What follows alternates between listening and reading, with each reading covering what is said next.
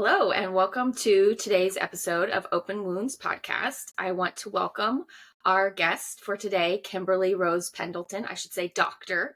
It's very Thank important to you. acknowledge all your hard work. I know Oh, thank it's you. so frustrating at least in my opinion, when somebody's like, I went to college for 8 years. I earned Right. that title, doctor. So Dr. Kimberly Rose Pendleton, she is a coach. She is an author. I know she has a large, Instagram following, and she is an expert in a couple different areas. But I want to let you tell everyone what you feel like, like a little intro about yourself. Oh, thank you so much. Yeah, so happy to be here. I am, it's true, a doctor.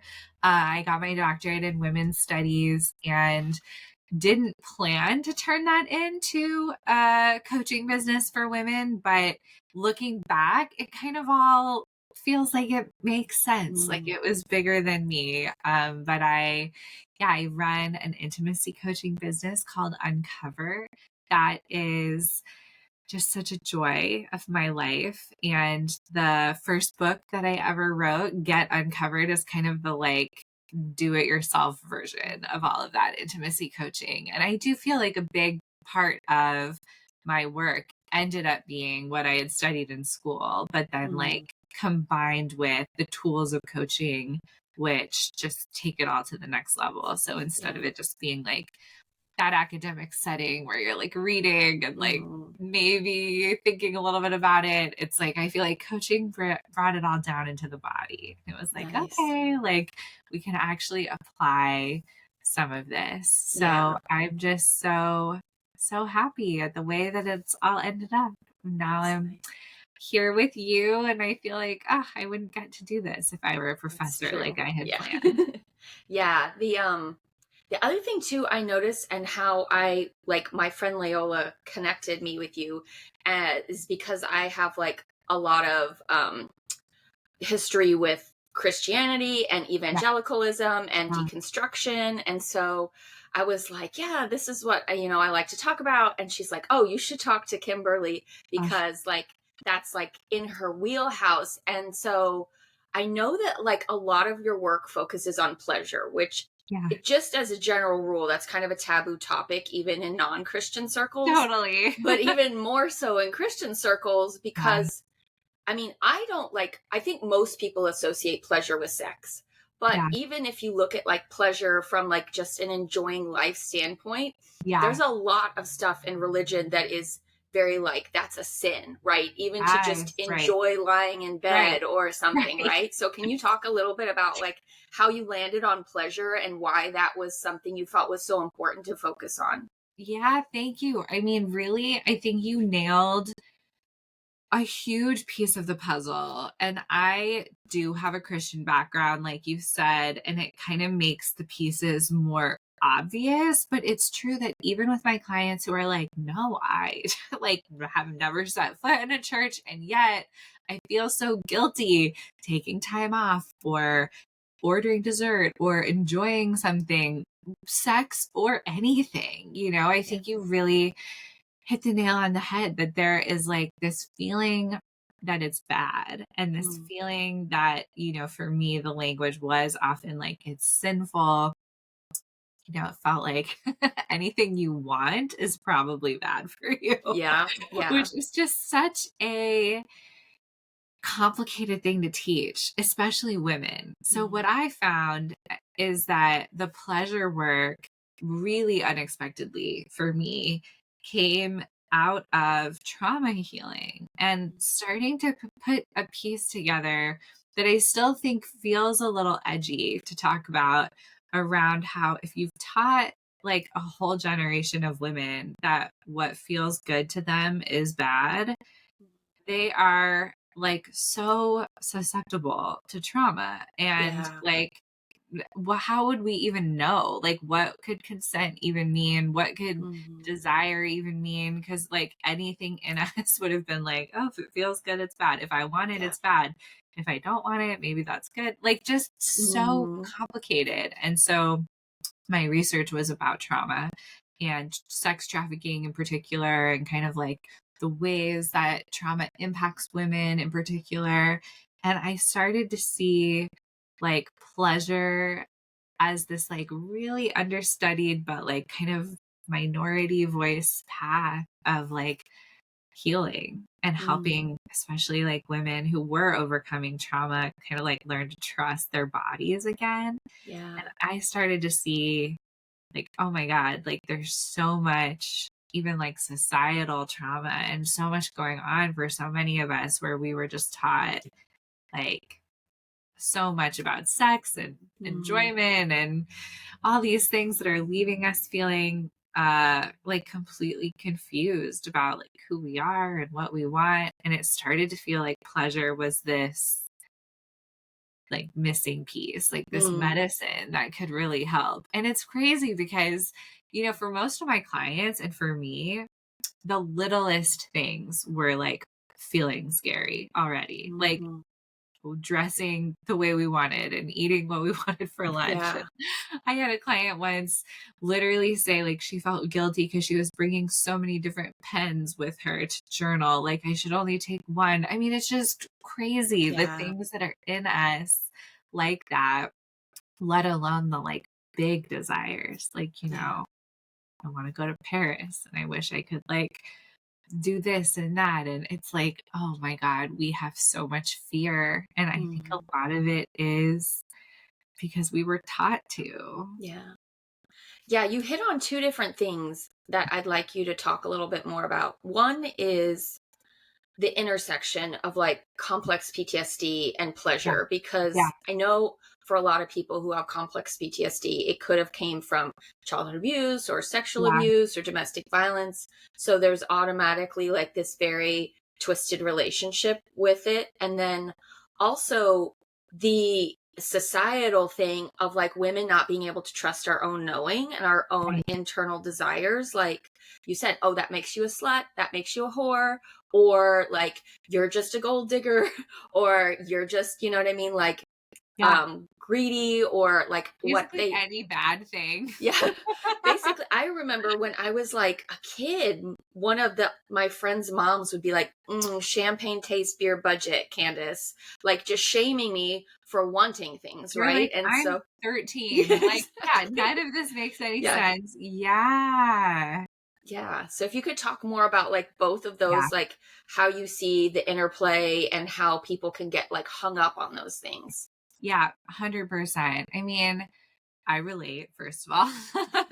And I do think it's interesting that, you know, all of the things, to me at least, it seems, that are like so damning to call women have this connotation of like excess or like kind of unruly. Like Mm. it felt like, yeah, being lazy, being slutty, being greedy, having just too much, wanting too much, kind of like of anything was really, really looked down upon. And when I think about like, well, who does that serve? It feels like there's this smoking gun, like pointed Yeah. at the patriarchy and like pointed at society, that there would be like, yeah, a lot of benefit to everyone else to keep women like really questioning what they want and Mm. not trusting themselves. We're like so much easier to control. We're Yeah. so much easier to sell to and to convince we're Hmm. not good enough. And, you know, I ended up creating this body of work on intimacy and healing intimacy wounds, which is like one of the reasons I was such a yes to the podcast. Hmm. And they really correspond, you know, this feeling so many of my clients have of like, I'm too much, or I'm not enough, or I'm unworthy. I'm just going to be left, you know, all of Mm. this fear and all of this hurt that really feels like it tracks back to like I was taught not to trust myself. Yeah. And I don't even necessarily mean by like one specific person who like Hmm. spelled it all out. You know, one of the things that I like to say is even if we didn't buy into it, so much of this had already bought its way into us. Yeah. So there's just this I think, detoxing that we Mm, have to do, that we get to do, that I know you've already, been engaged in for so long, of just like, wait a minute, like, do I really, where did this come from? And like, yeah. is this really mine? And Hmm. then I feel like the next step is really starting to imagine, like, okay, well, what would it look like for me to start following my desires more as breadcrumbs toward the life that I'm meant for? What if my Mm, pleasure is actually an indicator of things being on track, that like, okay, this feels good, I'm gonna follow it, instead mm, of this feels good, I better like get it away from me because it might like yeah. send me straight to hell. And what I found is that this is what has led women in my world to like the relationships that feel really healthy, the work Mm, that really like brings out their true calling, the life that feels good to them. I just have not seen anything bad happen when women start listening to what they really want. yeah. Yeah. I think that's so true because it's like you said, the pushing away of like, oh no, I shouldn't be Yeah, going to this direction. And I do think it's like you said, a mechanism for control. And that reminded me of that I can't remember, it was a documentary I saw a while ago about how like basically there's an entire $1 billion industry focused on right. making us feel like shit so Yes. that they can sell us Yes. diet pills and Weight Watchers and beauty Right. creams and all this stuff, right? And so yes, there is a component of like people are making money off of us Right. feeling bad, but Right. there's also a component of like the structural hierarchy of like the family systems and government and things like where they depend on us Right. staying in this role so that they can continue to do what they want to do, right? um 100%. but yeah, I think too, like especially when you're dealing with like trauma and this undercurrent of constantly being gaslit from not just your partner or your parents or your teachers or society of like, oh, you shouldn't do that, and you start to question yourself, and then it like makes you feel like you're crazy, and so Right. then you are like, oh, I must be wrong, it must be Right. me that's wrong here, instead Right. of like focusing on how if we do start to listen to ourselves, people are going to get pissed off because now Right. we're not complying, and it is Right. kind of like a rebellion of sorts, right? Where we're kind of taking our power back, and it feels very like a little scary, and it also 100%. feels very much like we're kind of bucking the system. Yeah. It's so good that you're bringing this up. And I also feel like it's so important to say, like, one thing I've noticed, and I really went through this myself, was like, when you follow all the rules and you think like, okay, I'm like doing what they said to do, and then it still doesn't work, like Yes. there's almost no greater freedom. Like I felt so betrayed by kind of like my discovery that like trying so hard to be the good girl and doing everything right and not doing the things that I wasn't supposed to do and being like, okay, like desire's bad. Okay, great. I'm not going to think about it. Oh, pleasure's bad. Not even gonna, I couldn't even order the peach pleasure smoothie at Jamba Juice. I was like so shut down, like just terrified of it all. And I ended up in this marriage with this guy. We waited. We like did everything we were supposed to do. Mm, Didn't do everything we weren't supposed to do, I guess is more like yeah. it. And like in a story that I know is so familiar to so many, it was it was just such a wrong match, like in so many Mm, levels. And I'm yeah. not really like allowed to say too much about it, but it was like I I was like writing in my journal on my honeymoon, being like, oh my God, like something's wrong. And like it started to set me free. I didn't see it at the Mm, time. I was just so pissed and yeah. upset. Like, At the wait a time, you're minute. probably like, where's my justice? Right. I did Yeah. everything right. And instead, looking back, I'm like, oh, that was the beginning of you being so free, because it was like I did everything I was supposed to and it didn't even work. Yeah. I Yeah. can't believe it. And now that I've worked with so many clients some with a Christian background, some in other religions, some not. It's like there is sort of this moment of like, I followed all the rules and, my husband left me anyway, or the Mhm. job that I was supposed to get like fell apart and I had like, given up everything for it, whatever it is. And it's like, well, now I might as well Yeah. see like what does it look like if I follow my own rules instead. Mhm. And it was so freeing, Yeah. and I've talked with a lot of people about how for me personally, like I didn't really feel like I needed to leave my own faith. I did feel like I needed to leave the church that I was part of, like Yeah. kind of like the rules Yeah. and the structure that felt very like the human side. Mhm. But I actually felt and still feel like getting closer to my own desires and like my listening to that like inner voice more and more, it felt like it was bringing me closer to God and like Mm. closer to an experience of the divine. But yeah, I got kicked out of a couple Bible studies. And it was some drama for Oh, a well. little while there when Yeah. I first started that process. And I know that can be so scary for Yeah. anybody listening who's kind of like, "Wow, I don't know if I could like handle that." Like, I mean, I was really like afraid. And now some of those girls from Bible studies secretly buy my courses Oh, because that's it's like, hilarious. of course, like nobody taught them about pleasure either. So it's Mhm. like, well, let me tiptoe back in here. Yeah. Yeah, it's so funny because I definitely had that. I feel like I was, like, right around 34, 35 when I was like, "Oh, this isn't there's no payout. It's not coming." There's Like, the no payout's never payout. That coming. is such a good You way know to what I put mean? that. Like, Right. I was like, I did this and I did this and I did Yeah. this and I followed all these rules and I was the good girl, and I was Yeah. always giving, giving, giving, helping, helping, helping, no boundaries, like Right. just like like very much like conforming to what was expected of me.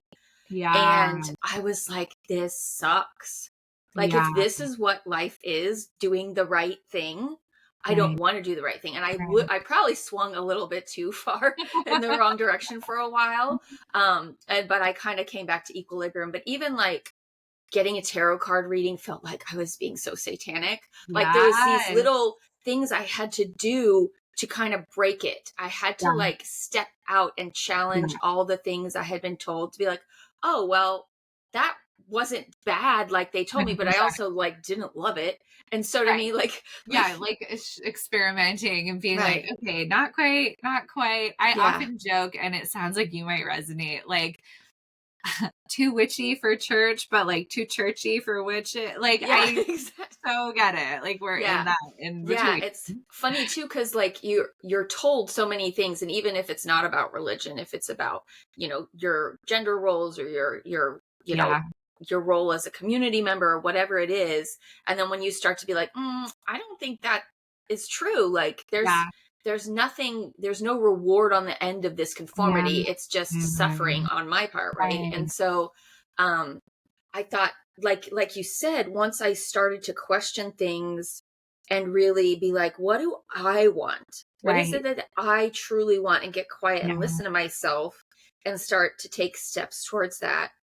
Things just became so much more worth living. Like literally, there's I think especially if you're in that role of like, I need to do what's right. I need to make yeah, it is a lot of people pleasing and a lot of, right, behaviors like that. Um, and you're not satisfied and you're not filled because you're not listening to what you need or what want. And then once you can start like stepping into that slowly, um you can realize like, oh well, no wonder I was miserable because right, like I was denying everything I needed to myself. right. Yes. Oh my god, completely, completely. Yeah. Yeah, there's a feeling of, like, freedom. It's also free fall, but you're like, "Okay, I can also, like, create this." And, Yeah. one of the things that felt really beautiful to me was starting to develop a relationship with my, like, inner self and what now I would say, like, with my desires as one where I could trust her. I think Mm, one of the harms that I didn't even know I was experiencing with that way of thinking that like your desire is bad, and if you want it it's bad, and if it feels good it's bad, mm, is it led me to really think like I can't trust myself. And it sounds like, you resonate, and I know a lot of my clients do too. It's like that feeling that at our core you're not the voice you can listen to, and mm, that is just such a dangerous thing, and it did start to feel like, oh, I'm like reconnecting, maybe connecting for the first time ever with like an inner me who I can actually trust, maybe even before anyone else. I mhm. feel like so much of that good girl conditioning is like listen to outside authority and Yeah. teachers and pastors and parents, and it's so different to be like, you are the authority and other people can Mhm. help. And that's so great to get feedback and advice. But that is like a totally different ball game. Yeah, yeah. I think that's that, like you said, we are so conditioned from childhood to like, you have to listen to the teacher, you have to listen to your parents, you have to Yeah. listen to the, whatever, the rules, follow the rules. And so, yes, there's a balance to keep kids safe, but Right. also teaching them, like, what do you internally want? And it's so funny because my 9-year-old, I'll be like, well, what do you want to do today? And you're like, Mhm. oh, I don't know. Like, because Yeah. there's so Yeah. many choices, right? Right. And so it can feel overwhelming when you're first starting to do this work to be Yeah. like, what do I really want? Yeah. And then, I think you touched on like a little bit of like sometimes it's, do I want a new career? Do I want different relationships? Do I want to set boundaries? And Yeah. some, like, for me, what I've kind of run up against too was like, I want a level of life that other people are going to be upset about, right? Like Yeah. you mentioned, the Right. Paris thing, there's a lot Right. of like guilt that comes with this, and like scariness, because if I'm really honest with people, they're going to judge me. They're going to Right. say things to me, because when I've tried in little ways, like Yeah. I bought that $400 purse or whatever, Right. and then the person was like, oh my God, I can't believe you bought that purse. Right. And so Right. I think there's another component too of like stepping through fear, and Yeah. then also like a guilt aspect that comes in.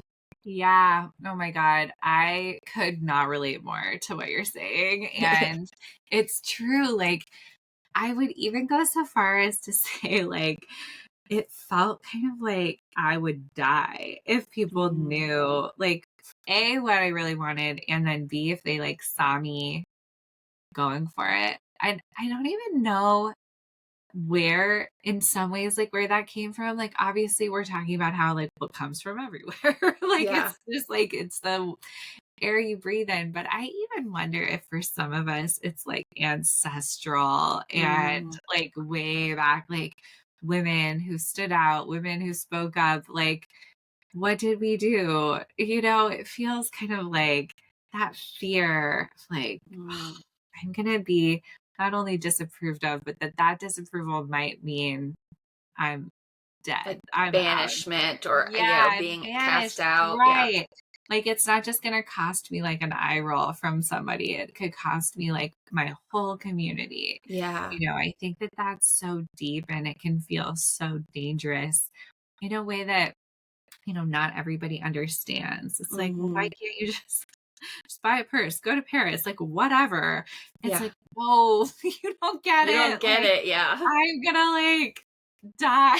Yeah. Yeah. It does feel very, especially if you've had like a lot of people in your past, when you're younger, shaming you or rejecting you Right. or alienating you, and Yeah. you becoming like like people were like, oh, you're so prissy.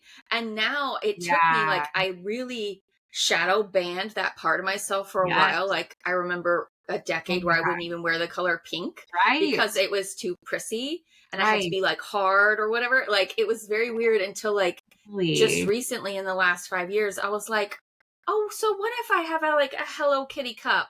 Yeah. Like, who gives a fuck? Like, this is Right. my life, right? You Okay, know? I'm so glad you said that. Absolutely. I completely hear you. And just had a baby daughter a few months ago, and I've been letting myself kind of like under the guise of shopping for her. But like, of course, she's like 4 months old. She doesn't know like what's even Yeah. in her room. But I'm like, it's such inner child healing to be like Yeah. this pink thing and this like swan and ballerina stocking, like, and it's so for me because it's so similar to what you're saying, that like that part of us that was maybe yeah, like just considered way too over the top, Mm. like what if she got to come out? And I often have thought, I work with a lot of entrepreneurs who then are like celebrating different milestones, and it's like really popular in our industry to like buy a fancy purse, which I love Mm. a fancy purse. I so support this for people. But every once in a while, there's something else that is like the American Girl doll that they like Oh weren't my allowed gosh. to have as a child, or the like Yeah. pink frilly dress that like their partner wod never have loved, or something Yeah. like that that really is even more aligned with like what part of me was not allowed to come out. Yeah, I think that's so true. Um, and also, like you were talking about, the inner child work is such an integral part of our healing. Yes. Um, because like, just for example, recently was at this Vipassana meditation retreat, and I was not going well. And I Mhm. like sat with myself, and because I've done internal family systems work before. Yeah. And so then it's like, okay, there's all these little kids in me, like different ages and Mhm. stages. And I was like, what's going on in here, guys? And like, there's the part of me that's like really angry, like, we don't want to be here and we want Yeah. out of this. And like, and so, I think like working with your inner child can be so Yeah. therapeutic, and it can also like bring up a lot of like judgment from people. So, Yes. if it's easier to take baby steps and do it in a way where you're not going to be like putting it on social media or Totally. whatever, but you can Totally. still have that fun. Like, I recently got really into bath bombs, and Yeah. I was like, this is so silly and it seems so frivolous, but it brings me so much joy. And I'm like Totally. loving just that. Number one, like acknowledging my inner child is really having fun with this, but Yeah. also it's combining like a nurturing aspect and Yes. like a Yes. aspect of like taking the time for myself to not rush through a shower. I'm like sitting in the Right. bathtub, which I know you Right. love bathtubs because Yes. you're like always posting bathtub pictures. Like speaking my language. But no, it's so making sense. Yeah. And to be like, there is an element of like playfulness and delight in here, but also it is like a deep confrontation with like that part of you that maybe was like, okay, hurry, like rush, be on to the next thing. It's like so different to just get to soak in your own luxury and like inner child healing moment. Yeah.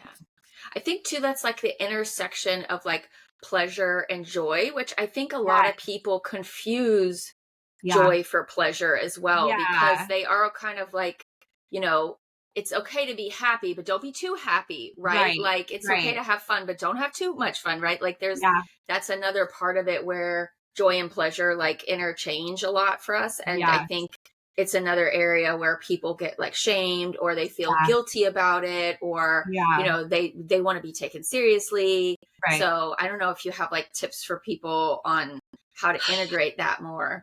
I love that question. I think that one thing that you already spoke to so wisely, but just to circle back to around like letting pleasure be kind of like liberated from being just about sex and sensuality, like that can be so helpful, and like giving ourselves kind of permission to find it everywhere. And I have really found the senses to be kind of like a good guide, where it's like, okay, like what could I like see and touch and smell and feel that would like feel pleasurable or like feel good, especially if I'm feeling kind of like overwhelmed, or I'm having a Mm, moment of just like neurodivergent like yeah. executive dysfunction, having kind of like okay, like can I like come back to my senses and like burn a candle and drink a coffee and wrap myself in something soft. And there is this like pleasure as experience, Mm. that like has been really grounding for me. And I find joy to be kind of like the outcome, of building Ah, that more and more into my life and getting more fluent in the language of my own desire and pleasure. It's like, oh, joy becomes this baseline. It's mm, actually so moving to think about this, and I haven't really before. But, 10 years ago, before I was doing this work, my baseline was like terror, like much yeah. more just like, oh my God, somebody's gonna like, first of all, find out like how bad I am inside. Mm, That really felt like such a strong current. And I think that that is so instilled and then like capitalized on within like really high control religion, just that yeah. sense of like, Mhm. deep down you're bad. And Yes. life is about managing that badness and like Yes. Oh my not gosh. letting more of it come out. Like, oh my God. And we like teach it to children. It's like so intense. And so, I think I really felt nervous all the time and like scared, and that feeling of like, oh, if anybody knew like what was really going on in Mm, here, I would like be so unloved and like unworthy. And it's so interesting and like amazing, honestly, to think like my baseline now is gratitude and no. joy, and like life feels so good. Yeah. When I think about, I think like all entrepreneurs, even though I like run this $1 million business, sometimes I'm like, what do I do? Do I do anything? Am I doing anything? Yeah. But like even just this conversation and like reflecting on that change, and like it's as simple as like I used to feel terrified all the time and now I feel joy, and like Yeah. pleasure was the path. That Mm, feels, like, clear enough, honestly. yeah. The next time I'm That's freaking out, feeling like I don't do anything real, I think yeah. I'm gonna re-listen to this episode. Yeah. It's so funny. You touched on two really good things. The first one is like the I'm at my true core gonna be evil, which is so funny that Mhm. you say that because I was like, maybe this is just me. But Mm, the when I started doing the to be magnetic shadow work, that yes. was my thing. And I read The Dark Side of Light Chasers by Yep. Debbie Ford. But I was truly, and I'm 99% sure that was because of the religious stuff, was that I believed at my very, very core I was pure evil. And that Mhm. if anybody found out about it, like Right. it's game Right. over, right? And so as I started to do the shadow work Yeah. and work with myself, I'm like, wait a minute, I'm not Yeah. pure evil. Like, yes, I get angry sometimes and I, want to beat somebody up or whatever, right? Like whatever comes up. But You're at my human. true Yeah. core, Right. it was like this monster that when I really brought it into the light and started to shed love and compassion on it, I was like, there's nothing really evil here. Like, why am I? It was Yeah. just this fear that I was evil. And when I really looked it in the face, I was like, oh, I'm not evil. And Right. so it was so liberating. And then, like you said, like the other part of it is when you're living from that state of like fear and anxiousness and worry and dread and misery and suffering, and you start to move into the joy and gratitude and peace and pleasure state. Number one, it disrupts a lot of people around you. Like they're going to be Totally. like Totally. irritated by it. Yeah. But it also is, I think, so taboo to live from that place, right? Like, especially when you get into like, and I try to like balance this, but when you get into that like social justice warrior, like Yeah. woke culture where it's like, Right. how can I enjoy my pleasure and my joy when Right. Gaza is happening, right? Like Yeah. there's all these Yeah. things that where it's so difficult to kind of like integrate, Yeah. but also I can't believe it, like there's a couple different people that have said it a couple different ways, but like you suffering isn't going to stop them from suffering. Like you can't Right. get poor enough to help the poor, I Right. think was a Wayne Right. Dyer thing. Yeah. So it's like, how do we metabolize that? Like I want to feel good all the Yeah. time, and I want to live a life where I feel happy to wake up and I feel like I can enjoy my day and Yeah. not be burdened with guilt and shame and all these other emotions, you know? No, I think it's really important that we're talking about that. And it is tempting to skip it sometimes and to just like leave out that part Yeah. of the equation because it can be complicated. And I think it's completely fair when people are like, how does this all work together? Because it's not just about each individual person, feeling better.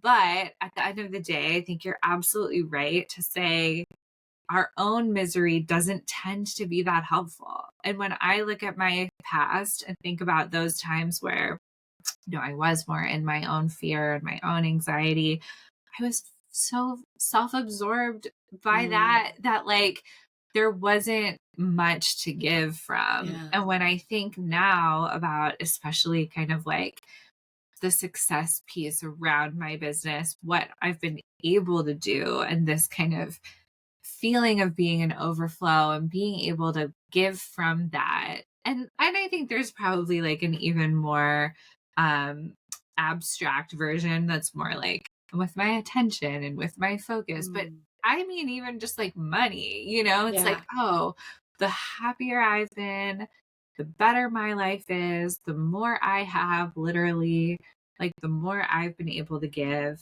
And it Mm, has led me to believe like, okay, do I think it's an easy answer? Like, absolutely not.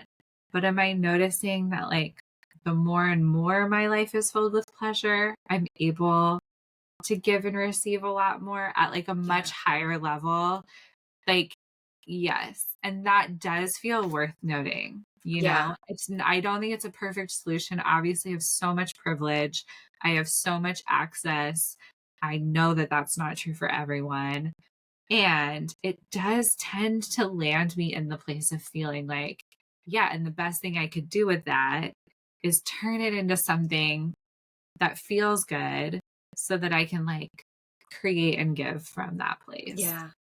Yeah, I agree because I feel like the more I try to leave the constant like suffering, misery, I feel Yeah. like shit all the time Yeah. and move into that state of like joy and gratitude and meeting my needs first, which Yeah. seems counterintuitive that if we focus on ourselves, we would have more to give, but that Right. really is what I I found the know. way it works. Like the more I take care of myself and nurture myself and love myself, the more overflow I have Yeah. to give back to my community or like if we're looking at money too, like if you're in a shitty vibe all day long and you're like broke and you don't have enough money for gas, you don't have Yeah. money for groceries, you can't help the homeless person. I Like you know. can't go buy them Yeah. a McDonald's meal or something, right? Right. Because you don't Right. have enough money for your own gas tank. So if you can Totally. elevate into another like realm for your finances, your power to be able to Yeah. give back is so much magnified, you know? I think Yes. that's something I've been working on a lot in the last couple years is like Yeah. figuring out how can I move the needle, Yes. you know what I mean? So that I'm operating from a place of like overflow and abundance and Yeah. increase in income. And I like that you said like that pleasure was your path Yeah. away from like the academia and like all these things you were supposed to do. You Yeah. started like bucking the norm and being like, let's follow the pleasure trail. And Yeah. then suddenly like money is flowing. Like I could Right. you talk more about like how those are connected? Yeah, like, wait a minute, is there, like, a piece missing here? I mean, I think a couple things, and one is that, like, I did end up taking what I had been through and turning it into, like, courses and a coaching program that I thought could help other people and charging for that, and so that's why I called my business Uncover, like, it felt very like, okay, like, this process for me has been like kind of stripping down and like figuring out like who I really am. And I do now believe that we pretty much all have that. Like we all have something we did that was hard for us, or maybe not. Maybe it was easy and we could teach other people and get paid. And it just kind of changed my life to think that like not only could I have been through this, but maybe I could help other people too. I've even now added a twist in the last year where I've been like, I feel like I'm getting paid back for all of this stuff I went through. Oh, I'm like, that's I want to latch onto that because I'm like, oh, I want some what is that called? Like residuals or something, like back yes. payments. Oh my God, residuals. You should talk about this. Yeah, I felt like I was getting kind of like a refund for my like Wow. for the trouble that I've been Yeah. through. And so if that's like a helpful paradigm for anyone, feel free. And obviously like the flip side of it, that's like maybe even a little sweeter to talk about is like, yeah, like I went through this.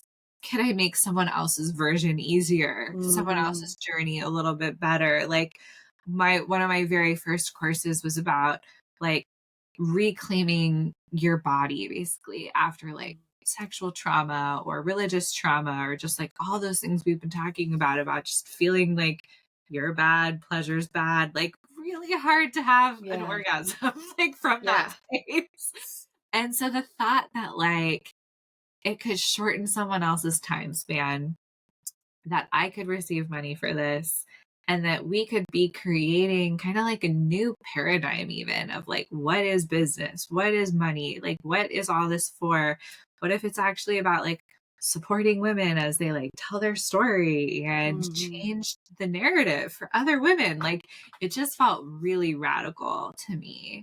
But on a less literal level, because that was like literally like I'm using pleasure and selling it basically. Yeah. Well, I mean, Yeah, it's been done for ages, except totally. to the male gaze, right? Like if we look at Right, the pornography industry, right, it's all majority focused on male pleasure, and right. the star of the show is the guy, and Yeah, it's all about what he wants. And right, so even just that's $1 billion industry that people make right. money off of night and day. And so Yeah. what's the Why difference not between our our side? side? Yeah. 100%. Like, why not our version about healing and empowerment? Um, and for anybody who's like, okay, I don't want to be a coach or a course creator, that's fine. Yeah. I do still think trusting, like learning to trust those pleasure breadcrumbs and like follow them toward the thing like we are supposed to be doing is like still the path, Yeah. even if it like lands you somewhere else, a slightly less terrifying job. Yeah. But yeah, there is something in me had to really shift because even yeah, of course, academia, it was like coming at me from all sides. Church, academia, like liberal, which I'm very liberal, social justicey stuff. It was like, oh yeah, anything good is bad. In like Yeah. all of these realms. Hmm. Like, and no Paris for any of them. Yeah. Just like very strict. And this Mm. idea that like, okay, I've got to deprogram from this idea that like the only way to be good is to be like miserable and sad and like Yeah. in a library basement, like having never seen the light of day. Yeah. And instead start to be like, what if it feels good for me, it's good for me? And what if the more I do that, the more I can like trust myself? And what if I can trust that it's like leading me to, the people I'm meant to be with, but also the Mhm. work I'm meant to be doing? Yeah. I think that's true. Like if we go back to even just like the social justice work, is if your work reaches more women and more women become empowered and are able to trust themselves Yeah. and to grow their own personal pleasure and joy, Right. it's a societal effect, right? It's a Yeah. ripple effect, right? Because it's gonna, like, what's that? The rising tide lifts all ships Right. kind of thing, right? Yes. And so this isn't just about you being greedy and wanting to make millions of dollars. It's Right. also because you're helping people in the Yeah. process, right? Like you're Yeah. empowering other women to listen to their own inner voice and take the steps that are going to work for them.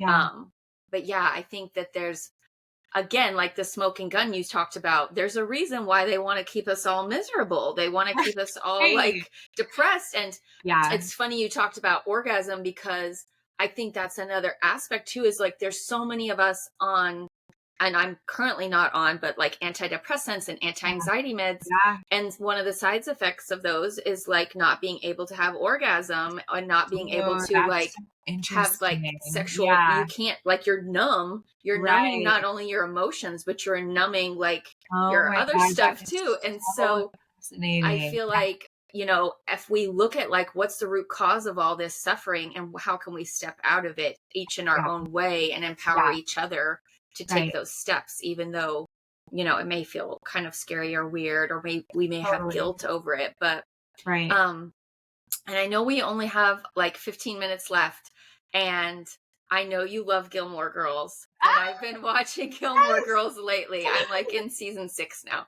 Oh And my God. so, like, to wrap it out, I wanted to be like, who is your favorite character on the show, and Ah, who's like your least? I know there's a complete departure from what we were talking about, but I you're wanted to kidding. ask you. No, my Gilmore Girls advent calendar is like right here. I'm like so ready for this. I love season 6. So this is a good question though, because I really have thought about like, growing up watching it. I watched